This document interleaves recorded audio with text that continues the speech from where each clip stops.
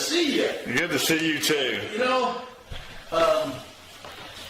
that old saying, it's good to be home? Yeah, it's true, isn't it? It is very true. Yeah. Our experience there was pretty good. And when you say there, Hank took a 2-week? 14, well, we're gone for, I think, 15 days. 15-day vacation to Europe. Oh, I'll tell you. You know, it's weird that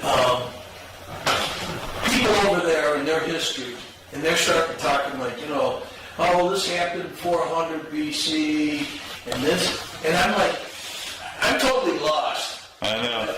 I mean, we went to Croatia, and you know what the pond's like right here, right? Well, when they got in their war, the country was like just on the other side of the pond. That's how close they were shooting at each other. I mean, it was like just unbelievable. I know it's hard to believe it's so pretty and nice here, and then right there, yeah, it's just bad. And he took us, the guy that we had, super nice guy, his name was John, and he was originally born in Canada, but his family was from Croatia, and he was the oldest, and so at one point they decided they wanted to go back, so they went back to Croatia.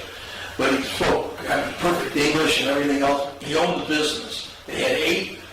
You would kind of think of them as large golf carts. They sat 4 people, two here, and then a little driver in the front. And he took us all over. Well, he took us, and he was explaining all the stuff. And I've got the video of it, and I'll put it up. Slowly but surely, yeah. Yeah, I mean, it takes forever to do the 360 stuff, but he was explaining that when they got into war, they were trying to take out the communication system, which is up on a big mountain. It takes us up to the mountain. There's still holes in the wall. I mean, it was something. It's crazy. We had a great time. I will say this, and for anybody that's going over to Europe, we took the cruise on Norwegian, NCL. I will tell you right now, book your own flight. Okay? You laugh. I know. When I came in the door, I got a hug from Linda, and that's really one of the first things she said. 8 flights. 8 different flights. Well, first of all, we left Atlanta. Now, Atlanta is an international airport, so you would think that they could fly us from Atlanta to wherever we were going. Yeah. No. They flew us from Atlanta to New York. So now we sit in New York. Then, from New York, they fly us to Madrid. Now, they got it listed as Delta Airlines, but it's Air Europa, because Delta farms it out to this little airline called Air Europa. So no one knows, they don't talk to each other. So no one knows what's going on. We finally get on the plane, we get to Madrid. The plane was supposed to take from Madrid to Trieste, which is the airport where Venice is. All right? Okay. Well, Bill's in a wheelchair getting moved around, so we lose him. So now I'm sitting at the plane waiting. I go, look, I'm looking for my buddy. We got separated, and they go, I can't give you any information yet. I said, okay. Then it's time to board the plane, and they were from Slavolia or someplace, I don't know, a soccer team. Well, they get there late. So I got, oh man, that's good because it gives me more time to find Bill. Well, they don't let him on the plane. Everybody else is on the plane, and the soccer team and us, Linda and I, are not on it. Did they probe Bill? No, what they did was, Bill and anybody that needed assistance was on a bus down on the tarmac. But the problem was, the plane had a problem. So they canceled our flight. Now they delayed it 45 minutes, and then they canceled it. So we ended up losing a day in Venice because of it. So I mean, if you had stuff planned that you could just go do, but you've just wasted all that time sitting in an airport, messing around, sitting in the airport. So, well, and I will say what was cool is when we got to the airport in Trieste, we ended up taking a water taxi to Venice. Yeah, that's cool. But it was midnight. Oh, so that's kind of scary. It Well, the guy knew what he was doing, so that was okay. Pulls up right to our hotel. We get into our hotel, and like I said, we lost basically half a day, if not a whole day. But long and short, we had a good time on the cruise. We did some really wild things, and I went to the Olympics, Olympia. We went to Pompeii, and we went to the Colosseum, 3 of the bigger ones. And I got video of that. But Did you see some of the Pompeii statues? yes, the naked ones and stuff. I don't know about naked ones, just the ones where they were frozen in time from the I got pictures of that volcano. right there. You know, it was weird. I'll just put it that way. It was weird. Okay, well, Proby and I were talking, and Proby wants to know what was your best time there and what was your worst time on this vacation for you. Well, the worst time was flying over. Okay. Once we were on the boat, it was okay, no problem. All right. How long were you on the boat? I want to say, that's a good question, 12 days, I think. Well, okay, so, All right, so- you did one of those little, it's a smaller cruiser, but a Norwegian cruiser, and do you go up in the fjords and all that? No, it was a good-sized ship. It had, Okay, so this is different. yeah, it had about 4,000 people on it. God dang. But, you know, we had a good time on that, and the food could have been better in some of the top-notch, the better restaurants. We ate one day in the Chinese restaurant. Uh-huh. Not good. Not good. One day, it was Bill's birthday. Well, you should have felt right at home like in Blue Ridge. Oh, no. Chinese food, No. not good. No. Let me Mexican put it food, this way. not good. The Chinese food on the boat would make the food here in Blue Ridge look like a castle. Oh, man, that's bad. That was bad. And of course, I wasn't feeling too well, so some of the stuff was really, you know, not really good. But on Bill's birthday, we went to the high-class restaurant On the ship? on the ship. Okay. It sucked. I mean, it sucked. Okay, how does that work? Is that just part of the cruise, or do you have to pay to go to this high-class The restaurant? package that we had gave us 2 what they call executive restaurants. One was a Chinese one, and the other was, I don't even know the name of it, but it was like a big bistro room or something. Both of those were, to me, subpar for the food. Yeah. But that's okay. But the back deck was open most of the time, and it was like a big, like going to a cafe with just a smorgasbord of food. So, I mean, that was good. All day? They just All day. buffet it all day? Yeah, what they would do is they would open it up in the morning, and they'd have it, and then they would run it till 3 o'clock, and then at 3 o'clock, if you wanted something, you went to the back deck, which was another place to eat, and then they would reopen the thing up at 4:30 or 5 o'clock when you come into the big main one. But they had restaurants all over the place, but it was, you know, it was fun. But I will tell you, It's amazing. the pizzas in Italy are not like our pizzas here. They're totally different. Not that they're not good, but they're different. Yeah. Well, we decided that we were going to go to one of these outside restaurants, and I went to the outside restaurant, and this was in Rome, and I said to them, "Do you have pizza?" And they go, no, we got something like pizza, but not really pizza. I said, "Oh, okay, I'll give it a try." Their pizza was more like our pizza. Right. I mean, they didn't call it pizza, but it was It was something else, but it was kind of like ours. yes. So, I mean, that was it. I got a whole bunch of footage that I'll be putting together and getting stuff out, and we'll have a good time seeing it.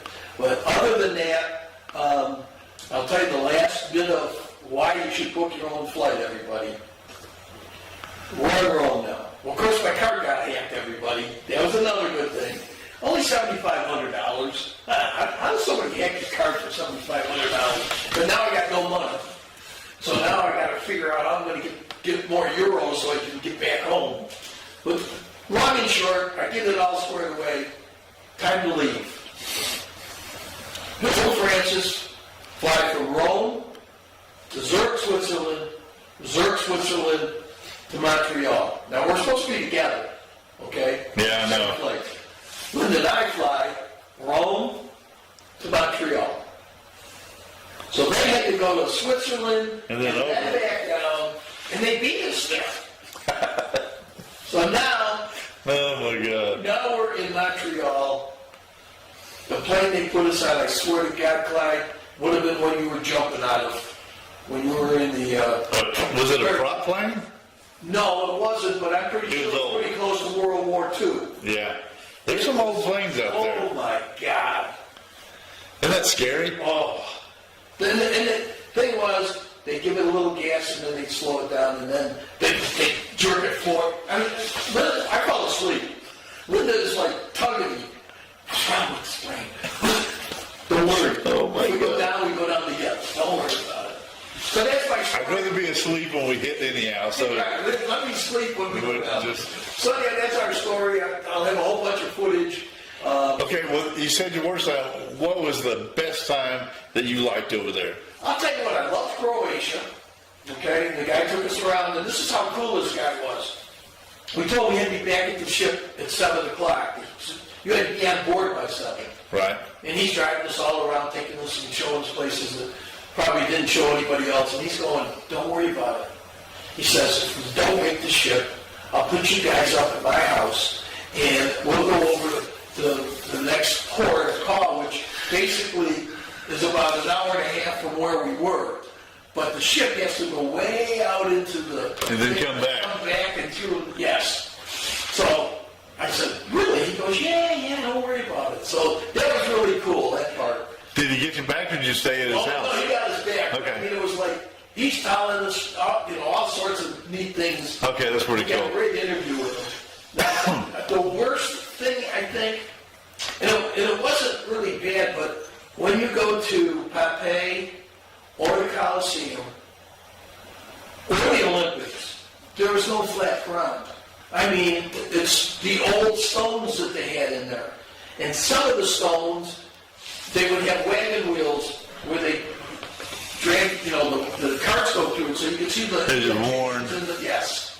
But for me, it wasn't bad. But poor Bill, he's got a crutch, or a cane rather, and he had to walk with that cane, and I felt so sorry for him.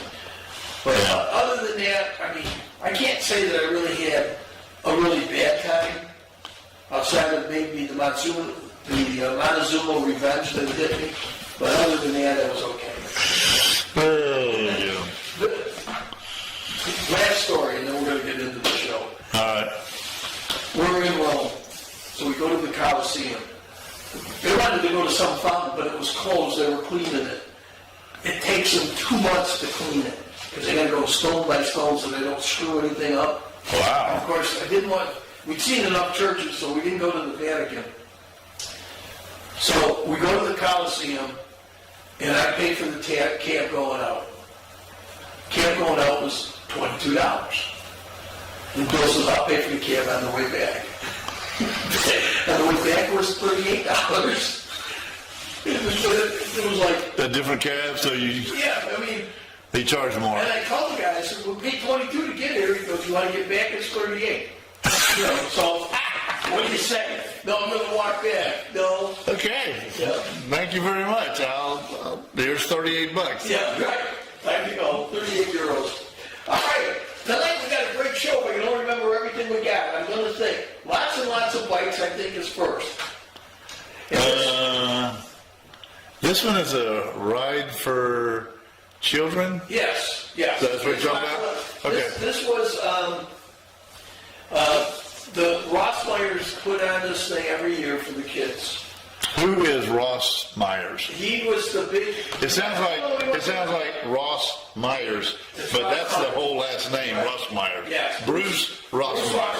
Rothmeyer. Okay, now who's that guy? You remember when we went to the big Harley shop out of Orlando? Yeah. Inside, he used to own all of that, and a couple other stores. But Wow, okay. he died, and his kids ran it for a while, and then kids decided to sell it. But that whole area was his. That was his idea. And so he put this ride together, and Rusty Wallace at that time was the guy that led the parade.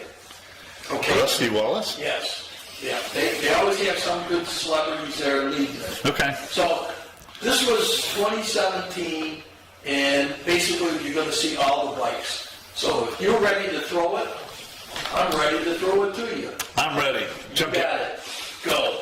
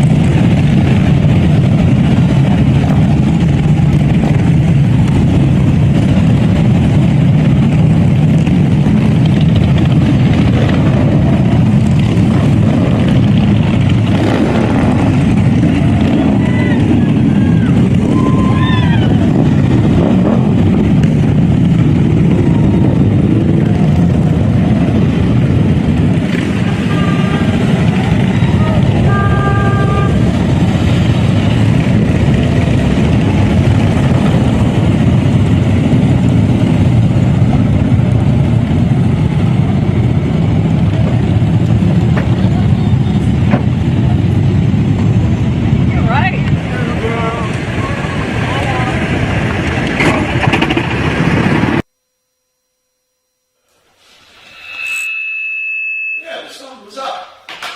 How about that? Anyhow, that was the Bruce Rossmeyer ride for the kids there. And all those kids that were there had some type of disease or cancer or something. Yeah. And so they put them all together. And, I mean, that ride was unbelievable. The night before the ride, they had a big auction. And, I mean, people were spending like $4,000 or $5,000 on an item. They get it and they put it right back up on stage again. Rusty Wallace. That's awesome. Was the master of ceremonies as far as for the ride. Someday we'll have that much money. Well, we'll try. We'll try.